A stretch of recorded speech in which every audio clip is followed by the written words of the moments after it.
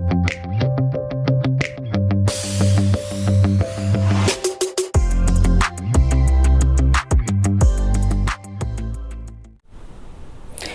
Friends, welcome to my YouTube channel CP Nimavat. આ વિડીયો લેક્ચરમાં આપણે આજે standard 6 English new text books unit 2 manners matters part 1નો અભ્યાસ કરવાના છીએ.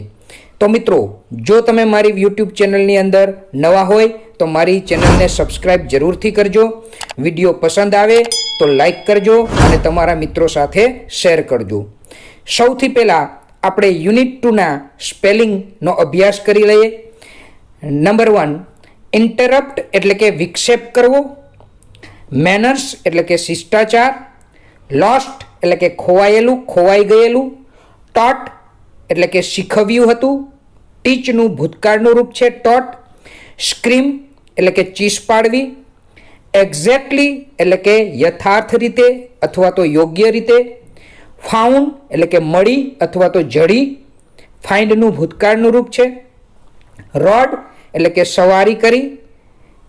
રાઇડનું ભૂતકાળનું રૂપ છે. રાઇડ ઓન ધ હોર્સ એટલે ઘોડા પર સવારી કરવી અને રોડ ઓન ધ હોર્સ એટલે કે ઘોડા પર સવારી કરી હતી. અનધર એટલે કે અન્ય, બીજા. માસ્ટર એટલે કે માલિક, બોસ. આર્ગ્યુ એટલે કે દલીલ કરવી. હન્ટર એટલે કે શિકારી. ક્લોથ્સ એટલે કે કપડાં. એંગ્રી એટલે કે ગુસ્સે થયેલ. રિવરડેડ એટલે કે પુરસ્કૃત, પુરસ્કાર આપેલું. પૌર એટલે કે રેડવું.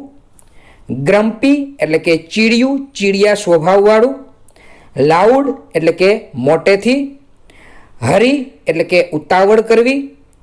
ક્રાઉડ એટલે કે ટોળું. કેરીડ એટલે કે વહન કર્યું, એક જગ્યાએથી બીજી જગ્યાએ ઉચકીને લઈ ગયા. કેરીનું ભૂતકાળનું રૂપ છે CARRY, કેરી એટલે કે ઉચકીને લઈ જવું અને કેરીડ એટલે કે ઉચકીને લઈ ગયા હતા. લેન્ડ એટલે કે જમીન. સ્પ્રિંકલ એટલે કે છાંટવું. ક્રેકર્સ એટલે કે ફટાકડા, ફાયરવર્ક્સ. અવેકવર્ડ એટલે કે પ્રતિકૂળ, જે યોગ્ય ના હોય તે પ્રતિકૂળ. પેશન્સ એટલે કે ધીરજ. સ્ટ્રેટેજી એટલે કે વ્યૂહરચના. ટેરિબલ એટલે કે ભયાનક. ટૂથેક એટલે કે દાંતનો દુખાવો. ફ્રીઝ એટલે કે થીજવું, થીજી જવું, ઠંડુ થઈ જવું. કન્ટિન્યુડ એટલે કે ચાલુ રાખ્યું હતું. કન્ટિન્યુનું ભૂતકાળનું રૂપ છે કન્ટિન્યુડ. ડિફરન્ટ એટલે કે વિભિન્ન, અલગ પડતું. વોર્મથ એટલે કે હૂંફ, હૂંફાળું. મિસ્ટેક એટલે કે ભૂલ. વિન્ટર એટલે કે શિયાળો. સમર એટલે કે ઉનાળો. મોન્સૂન એટલે કે ચોમાસું. મની એટલે કે નાણું, પૈસા. ગાર્ડ એટલે કે રક્ષક અથવા તો રક્ષણ કરવું.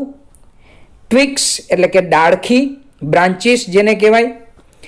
એબોવ એટલે કે ઉપર. સ્કોલર એટલે કે વિદ્વાન, પંડિત. બોટમેન એટલે કે હોડી હંકાવનાર. રોવિંગ એટલે કે હલેસા મારવા. પીટી એટલે કે દયા. સ્ટે ક્વાઇટ એટલે કે ચૂપ રહેવું. સ્કેર્ડ એટલે કે ડરી ગયા. ગ્રેટફુલ એટલે કે આભારી. નેબર્સ એટલે કે પાડોશી. હાર્મફુલ એટલે કે નુકસાનકારક. ઓનેસ્ટ એટલે કે પ્રમાણિક. બેરિયર એટલે કે અવરોધક, બાધારૂપ બને તે. પેડેસ્ટ્રીન એટલે કે રાહદારી, જે પગે ચાલીને જતા હોય તે. પેવમેન્ટ એટલે કે ફૂટપાથ, જે રાહદારી જ્યાં ચાલતા હોય એને ફૂટપાથ કહેવાય, પેવમેન્ટ કહેવાય. સ્ટીપ એસન્ટ એટલે કે બેહદ ચઢાણ, એકદમ ઊંચું ચઢાણ. સ્ટીપ ડિસેન્ટ એટલે કે બેહદ ઉતરાણ. ઇટિક્વેટ એટલે કે શિષ્ટાચાર અને એસેન્ટિયલ એટલે કે આવશ્યક, જરૂરી. તો મિત્રો, આ યુનિટ 2ના સ્પેલિંગ હતા. Now let's start unit 2 manners matter. Part 1 listening એટલે કે શ્રવણ વિભાગ આપણે શરૂ કરીએ છીએ. First activity recite and enjoy. એક રાઇમ્સ આપેલી છે, પોએમ આપેલી છે. વી સે thank you.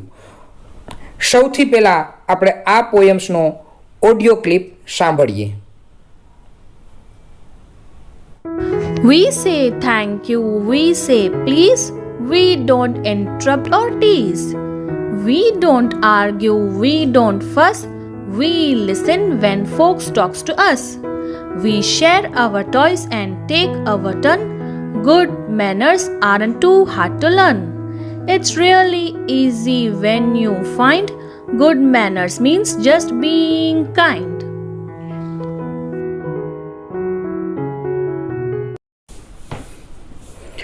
I hope all of you enjoyed the poems. Now let me explain the poems.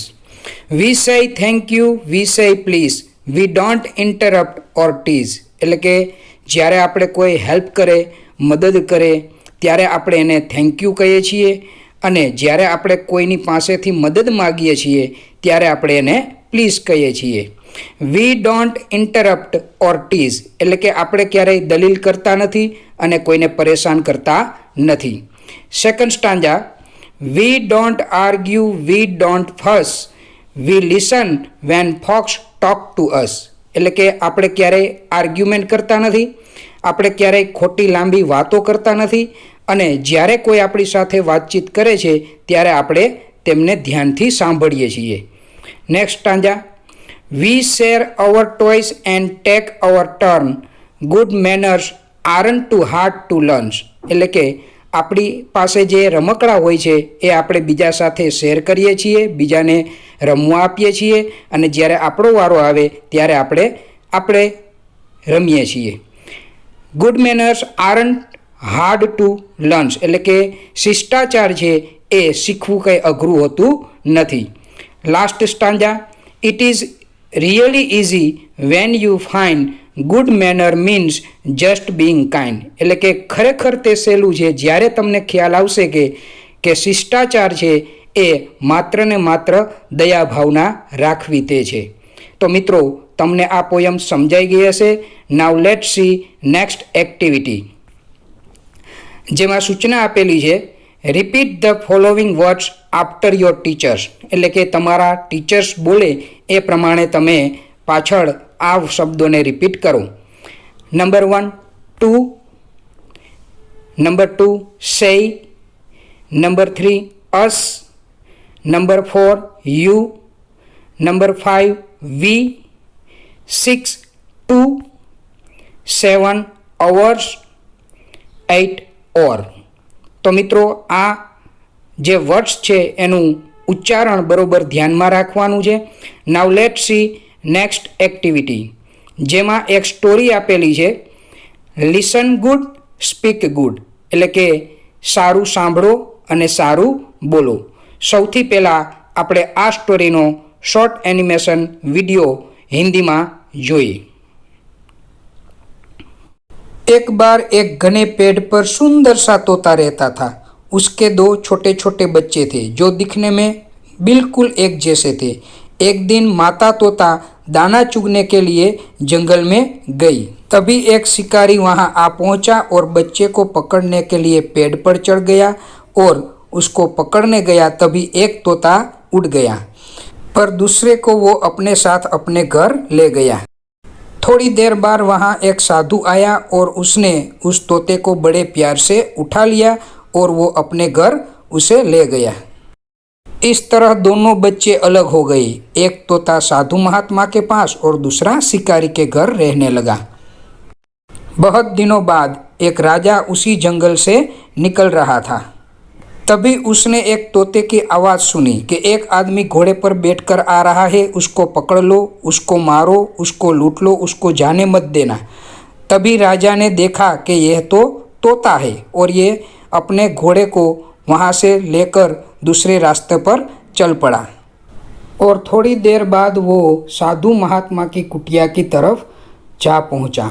तभी उसने वहाँ भी उसी तरह का तोता देखा जो उसने अभी शिकारी के घर देखा था और सोचा कि यह तोता भी उसकी तरह ही दिख रहा है, ये भी ऐसा भी होगा. लेकिन तोते ने देखकर कहा कि हे महान राजा, तुम्हारा इस घर में स्वागत है. सुनकर राजा ने सोचा कि देखने में तो शिकारी का तोता भी बिल्कुल इसी तरह का था, लेकिन स्वभाव में कितना अंतर है। राजा उस तोते के पास गया और उसे कहा कि मैंने अभी तुम्हारे जैसा ही एक तोता शिकारी के घर देखा। वो दिखने में तो बिल्कुल तुम्हारे जैसा था, लेकिन वो स्वभाव में बहुत कठोर था। तोते ने पूछा, क्या आपने शिकारी के घर उसे देखा था? राजा ने कहा, हाँ हाँ बिल्कुल। तोते के आंखों में दुख के आंसू बहने लगे और उसने बताया कि वही तो बेचारा मेरा भाई है।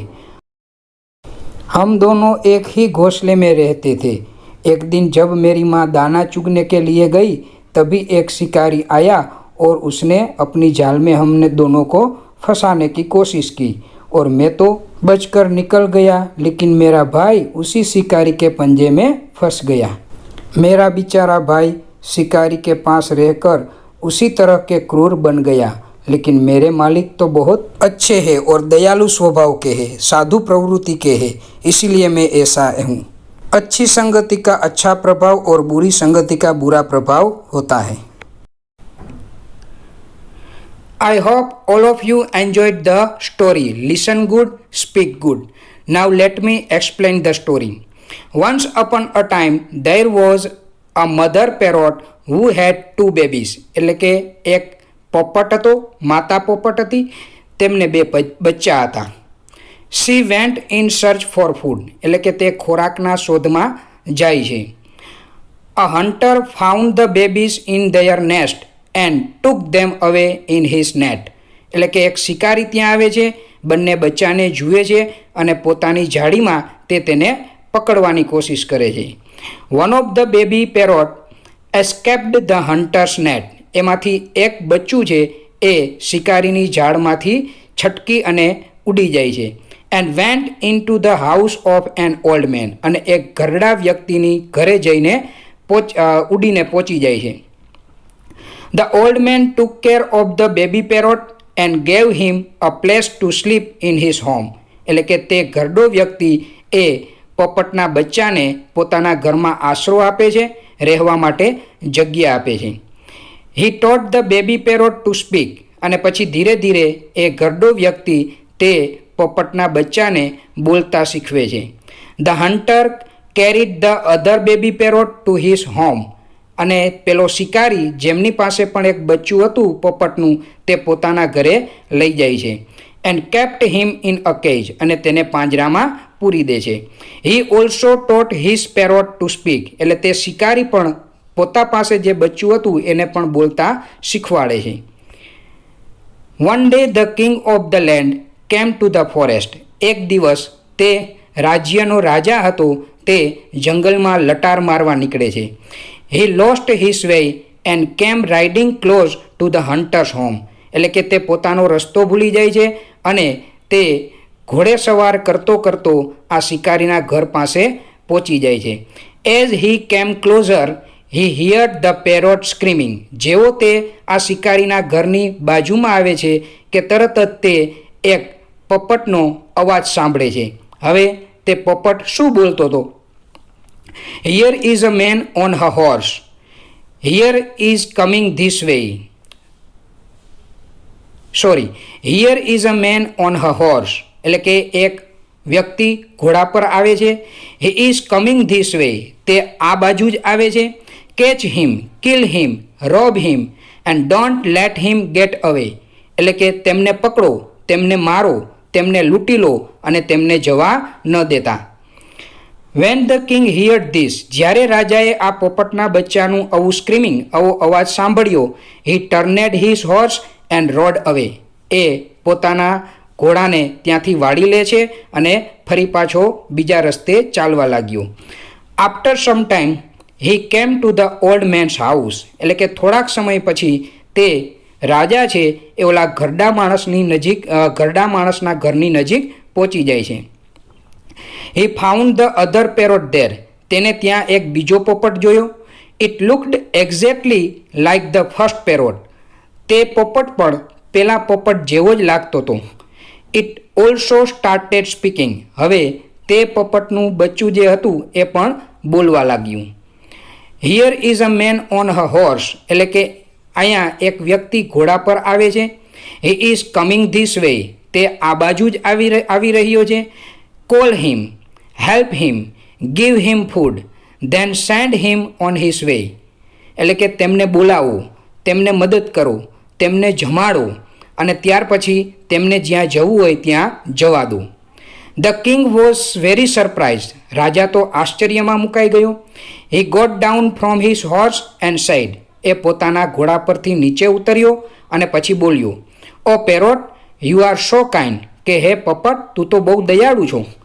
આઈ saw another parrot just like you, એટલે કે મેં તારા જેવો જ પોપટ જોયો તો હમણાં. But that parrot spoke very cruel words, પણ તે પોપટ તો બહુ ઘાતકી શબ્દો બોલે છે. How can two birds look alike but speak so differently, એટલે કે આવું કઈ રીતના બને કે બંને પોપટ છે એક સરખા લાગતા હોય દેખાવમાં પણ બોલે છે અલગ અલગ. ધ પેરોટ સાઇડ, હવે તે ગड्ढा માણસના ઘરે જે પોપટ હતો તે રાજાને કહે છે, ઓ માઇટી કિંગ, હે નામદાર રાજા, ઇટ ઇઝ સિમ્પલ, એટલે કે તે બહુ સરળ છે. The other parrot is my brothers, કે તમે જે પેલો પેરોટ જોયો તો શિકારીના ઘરે તે મારો ભાઈ જ છે. That is why we look અલાઇક, અને તેને કારણે જ અમે એક સરખા દેખાવમાં લાગીએ છીએ. But he learnt what the hunter taught him, પણ એ એવું શીખ્યો જે તેમના માલિકે, જે શિકારીએ તેમને શીખવ્યું. હી યુઝિસ ધ હન્ટર્સ વર્ડ, તે જે કંઈ પણ બોલ્યો તો તે શિકારીના શબ્દો હતા. But my master is good and kind, પણ મારો જે માલિક છે એ સારો છે અને દયાળુ છે. He taught me to be good and kind, તેમને મને સારું અને દયા ભાવનાની લાગણી શીખવાડી. ધ પેરોટ કન્ટિન્યુડ, પોપટ હજી પણ આગળ વાત ચાલુ રાખે છે. Our teachers tell us what we should be, એટલે કે અમારા શિક્ષક અમને કહે છે કે અમારે શું બનવું જોઈએ. The hunter made my brother different from મી, એટલે કે શિકારીએ મારા ભાઈને મારાથી અલગ બનાવ્યો છે, અલગ ટ્રેનિંગ આપેલી છે. સો મિત્રો, તમને આ સ્ટોરી બરોબર સમજાઈ ગઈ હશે. હવે આપણે નેક્સ્ટ એક્ટિવિટી જોઈએ, જેમાં સૂચના આપેલી છે, find the meaning of the given word and make meaningful sentences. એટલે નીચે જે 6 વર્ડ આપેલા છે એનો અર્થ તમે શોધો અને પછી દરેક શબ્દ ઉપરથી એક એક વાક્ય બનાવો. તો સૌથી પહેલાં આપણે અર્થ જોઈ લઈએ. હન્ટર એટલે કે શિકારી, કેજ એટલે કે પાંજરું, ફોરેસ્ટ એટલે કે જંગલ, સરપ્રાઇઝડ એટલે આશ્ચર્યચકિત થયું, માઇટી એટલે કે શક્તિશાળી અને અલાઇક એટલે કે ના જેવું લાગવું. જોઈએ આપણે number 1 hunter. The hunter is a person who kills animals and birds, એટલે કે શિકારી એક એવો વ્યક્તિ છે કે જે પ્રાણીઓ અને પક્ષીઓને મારે છે. Number 2 animals and birds are kept in the cage in the zoo, એટલે કે પ્રાણી સંગ્રહાલયમાં પ્રાણીઓ અને પક્ષીઓને પાંજરામાં પૂરીને રાખવામાં આવે છે. Number 3 we can see the wild animals in the forest, એટલે કે આપણે જંગલી પ્રાણીઓ જંગલમાં જોઈ શકીએ છીએ. Number 4 the king was very surprised hearing the kind words of the parrot, એટલે કે પોપટના દયા ભાવનાવાળા શબ્દો સાંભળી અને રાજા છે એ બહુ આશ્ચર્યચકિત થયો હતો, સરપ્રાઇઝડ થયો હતો. Number 5 Maharana Pratap was very mighty king, એટલે કે મહારાણા પ્રતાપ છે એ બહુ શક્તિશાળી રાજા હતો. Number 6 both the parrots looks અલાઇક because they are brother, કે બંને પોપટ એક સમાન લાગતા હતા દેખાવમાં કારણ કે તેઓ ભાઈઓ હતા. નેક્સ્ટ એક્ટિવિટી જોઈએ આપણે. આન્સર ધ ક્વેશ્ચન, એટલે કે પ્રશ્નોના જવાબ આપો. જોઈએ question number 1, where did the mother parrot go. Helping verb છે ડીડ, સબ્જેક્ટ છે ધ મધર પેરોટ અને એક્શન વર્બ છે ગો. હેલ્પિંગ વર્બ ડીડ નીકળી જશે એટલે ગોનું થઈ જશે વેન્ટ. જવાબની શરૂઆત થશે the mother parrot vent in search of food in the forest, એટલે કે માતા પેરોટ છે એ ખોરાકની શોધમાં જંગલમાં ગઈ હતી. Question number 2, who found the babies, એટલે કે કોણે બચ્ચાને જોયા હતા. તો એનો આ પ્રશ્ન છે, હુથી પ્રશ્ન પૂછ્યો છે. તો વુની જગ્યાએ આન્સર આવી જશે. આન્સર થશે the hunter found the babies, એટલે કે શિકારીએ બચ્ચાને જોયા હતા. Question number 3, what did the old main teach the baby parrot, એટલે કે ઘરડા વ્યક્તિએ પોપટના બચ્ચાને શું શીખવ્યું હતું? હેલ્પિંગ વર્ક છે ડીડ, સબ્જેક્ટ છે the old main, action work છે ટીચ, જે મેં યલો કલરથી હાઇલાઇટ કરેલું જ છે. હેલ્પિંગ વર્ક ડીડ નીકળી જશે એટલે ટીચનું ભૂતકાળનું રૂપ થઈ જશે ટોટ.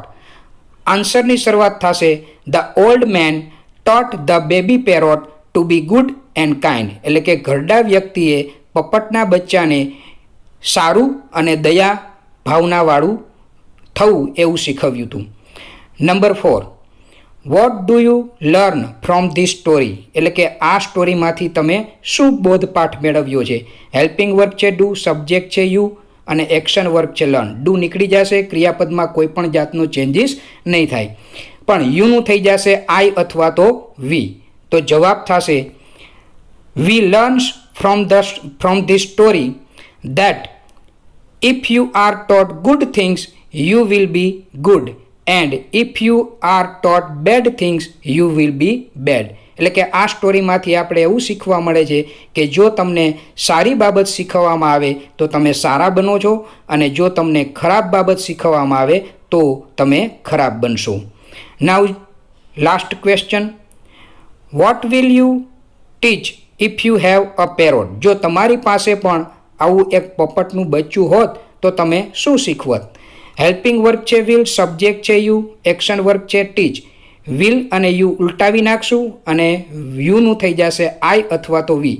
પણ if you have a parrot એ સેન્ટેન્સ આપણે પહેલાં લેશું. તો if I have a parrot, યુનું આઈ થઈ જશે. If I have a parrot, જો મારી પાસે પોપટનું બચ્ચું હોય તો I will teach to be good and kind, તો હું તેમને સારું અને દયા ભાવનાવાળું થવાનું શીખવત. તો મિત્રો આ પાર્ટ્સ આપણે પાર્ટ નંબર 1 અહીં સુધી રાખીએ. નેક્સ્ટ પાર્ટ એટલે કે પાર્ટ 2ની અંદર આપણે રીડિંગ પાર્ટ્સ જોવાના છીએ.